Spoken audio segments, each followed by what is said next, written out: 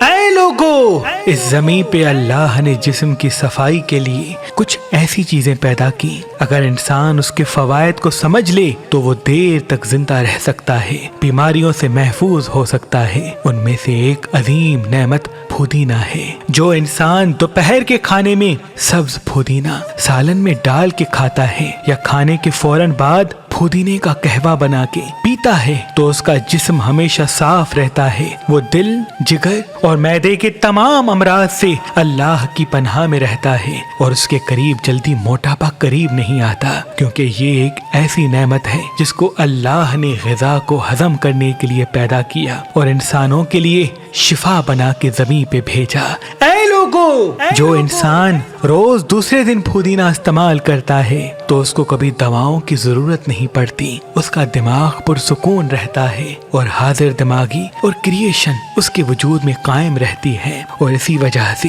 یہ ایک ایسی انمول نعمت ہے جو انسان سے صحیح فیصلے کرواتی ہے۔ غصے اور ڈپریشن کا بہترین علاج یہ عظیم نعمت ہے۔ جو انسان غصہ کرتا ہو، اگر وہ 3 دن مسلسل سبز پودینہ کھائے گا تو اس کا غصہ قابو میں آنا شروع ہو جائے گا، کیونکہ اس کا اثر انسان کو پرسکون رکھتا ہے اور جسمانی امراض سے دور کر کے دماغ کو حاضر دماغی اور صحیح فیصلے کرنے کی طرف راغب کرتا ہے۔